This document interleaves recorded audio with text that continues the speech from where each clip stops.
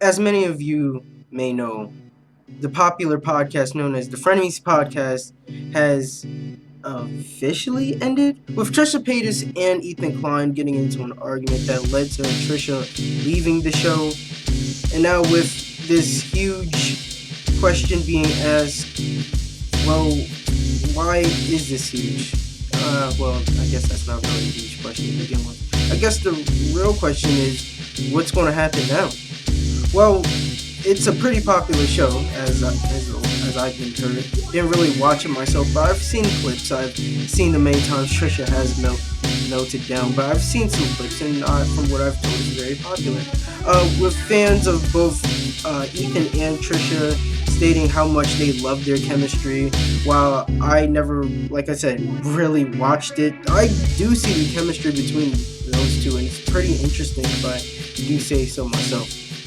But I guess the show really lived up to its name as it just imploded. But why? And before, we get into the both sides of my important thoughts, my general thoughts as to this whole situation, mainly the sides of both Ethan and Trisha, can I just say, yo, what is up, guys? It's your boy Jason, the lone general himself, back with another video, or should I say another general thoughts. Make sure you check out the playlist. The links in the description will be down below. And also, guys, I gotta say, we're over 200 views on the Rob Gavigan video. I just gotta say, those are allegations, but I just gotta say, if they are true, then what a sad thing. But if they're not, then hey, I'm just glad that I got to talk about it, and it's getting that video's getting traction. So I just appreciate that, and just that alone just comes a long way. I know 200 views isn't a lot to people, but it's a lot to me. And I hope to see the Govan Army grows more within the coming year. Like I said, road to 1K subs. It starts now. It's official. It's happening. But anyway, guys. Let's get into the sides. Let's start with Trisha. Now, this is in fact Trisha's side. Well, this is in fact what I believe as to what I think Trisha is upset about. So, correct me if I'm wrong. I believe sifting through all of the tweets that she has made and everything like that, and understanding what she was upset about, I feel like I've gotten kind of a grasp on the whole situation, but my apologies if I'm wrong. From the argument that began with co-host Ethan Klein of H3 Productions in regards to a new advice segment on the show, something Trisha was not happy about, along with Ethan bringing up how Trisha doesn't do anything and doesn't really bring anything to the show, and that Trisha only shows up to film. The public argument about creative differences of the show began with Trisha's frustration being and having a lack of input and involvement on the show, as well as a lack of input when it comes to hiring new crew members, as Trisha feels differently, adding that they should have specific Frenemies employees. I don't know where that stems from, but I guess we should continue. I guess Trisha just seemingly is just fed up and not wanting to continue the show. She ultimately just walked out. Trisha went on to make a video clarifying that it's not about the money or the 5%, which Ethan states goes towards paying the crew and production costs, but simply control and essentially having a voice on the show is what matters to Trisha. Saying the frustration lies with the show not being a true 50-50 split. And if you guys aren't aware, I'm not sure if there is a contract. Trisha says there is no contract, but apparently they have from what this 5% is coming from, there is a 45-50 split. The 5% goes to the crew, including revenue for the podcast clips or whatever. So I guess that's a thing. I'm not really sure, but I'll just continue. Trisha in the video goes on and further to add that it's not the crew that she has issues with, and that she never intended on making the crew uncomfortable or coming out as toxic. Yeah, and I'm kind of glad she said that, because to a lot of people, including me, who really don't watch the podcast, really don't get into the actual, show like that, who really just don't watch podcasts to begin with. Like, I'm not a Joe Rogan fan. I don't watch Joe Rogan's podcast. Granted, I think he's a not a bad guy. I just don't watch podcasts for real. You can see when somebody's real personality comes out, especially in a comfortable setting like a podcast. You can honestly get the gist of who they are just by the way they talk at times. And if they're pretty good at it, most times people can uh, manipulate people's thinking just by talking. And generally, Trisha seems like a very genuine person. So of course, by all this, I don't really see her as toxic. I just see that the shit that she just got into in the past, not only that, just how people framed her out now just makes her in a way have this toxic personality, quote unquote. But everybody's opinion is everybody's opinion. When it comes to creative differences and involvement, Ethan feels that he did in fact give even 50-50 split, with H3 Productions being Ethan's company, doing the grunt of the work, the behind the scenes work, as they are the ones that are the crew behind the Frenemies podcast. They sort of run the Frenemies podcast, not even sort of, they do.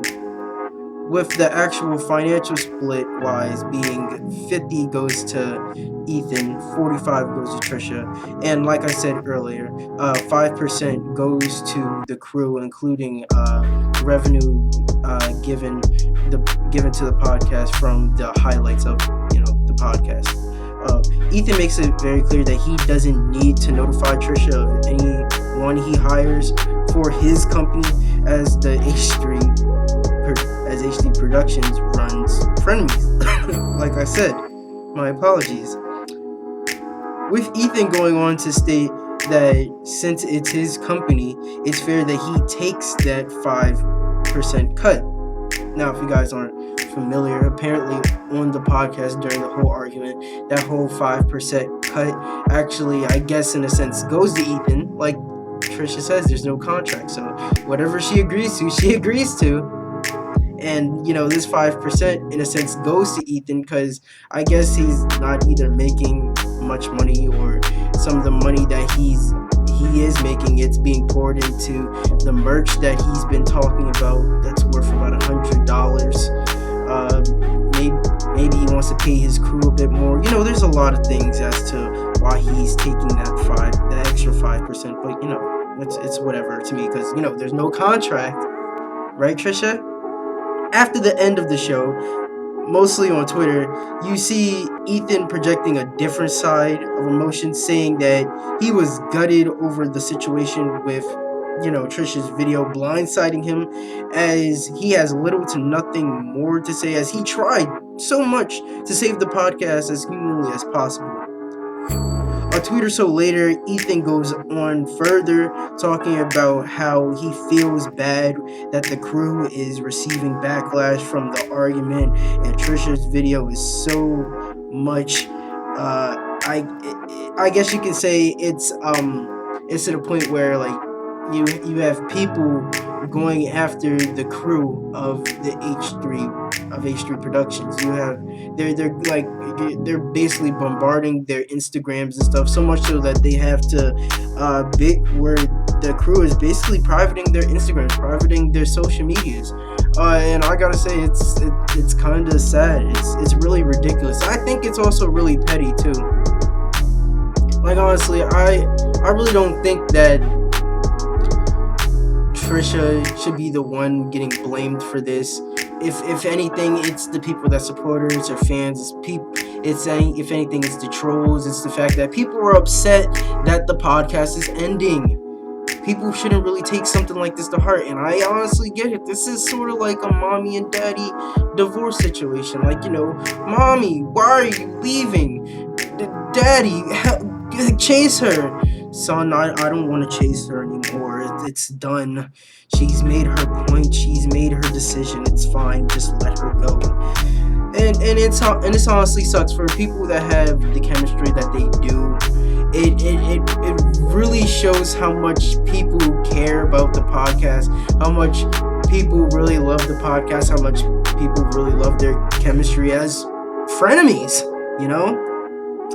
And as you guys may know, the two went back and forth on Twitter as, you know, Bo Blacks did a video on that. So if, you know, and since I don't do Twitter or read any fucking tweets or anything like that, if you want to check out his video, please go ahead and do so. It's very nice. But, you know, now for my general thoughts. While I'm not a fan of neither Ethan or Trisha, I do believe that the podcast was in fact popular. I know it was popping, booming, banging. You know, it was the shit. And, you know, and I definitely know that their personalities and their chemistry was something that a lot of people won't really get in a show like theirs, especially when they definitely lived up to their name near the end. And I gotta say, for a show like this, it is pretty big, especially to the fans.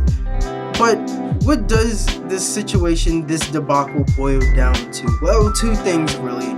Involvement and finances. Of course, while gathering information for this whole situation, I keep hearing that money isn't the issue. I keep hearing that, and let's be honest, guys, money's always the issue.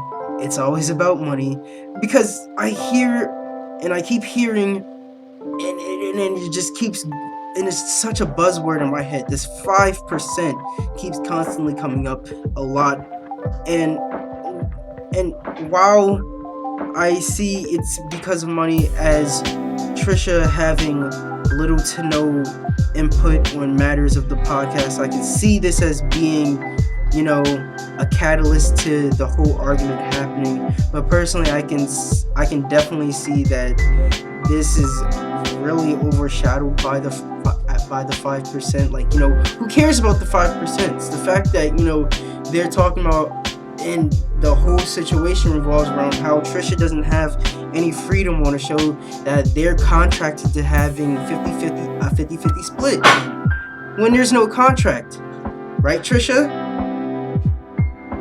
But you know, you know, again, overshadowed.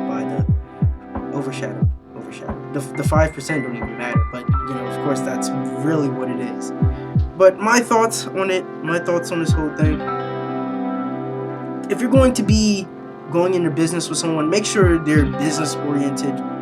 Not only that, I believe that in this situation, while yes, as a co-host, Trisha should have some say in matters of the show, at the same time, it's Ethan's production company.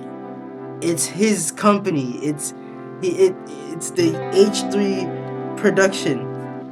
You know, the same production that's making sure that's running everything behind the scenes, that's doing the makeup, that's doing everything in the world to make sure that the podcast runs. The same one that runs the H3 podcast, or the H3 After Dark podcast. Maybe both of them if they're, you know, different. My apologies, I'm not so sure. I also just hit my hand on my mic there. Sorry for that train, but I'm not going to keep rambling on about random ish anymore. In more ways than one, I do in fact see that, you know, him having ownership of, you know, a majority of these things and whatever he wants without, I do believe he doesn't really need Trisha's input. Like, that's honestly saying, like, you know, you own all this stuff, but, you know, your citizens or, you know, your employees are telling you you shouldn't buy this thing, that you shouldn't buy this one thing, whether it's a building, whether it's an investment on the company, you shouldn't buy it, but you really want to buy it. Will your employees stop you? No. So I don't know what Trisha is really. Is she an employee of the Frenemies podcast / H3 Productions? We'll never know, because again, there's no contract, right, Trisha? And that bothers me.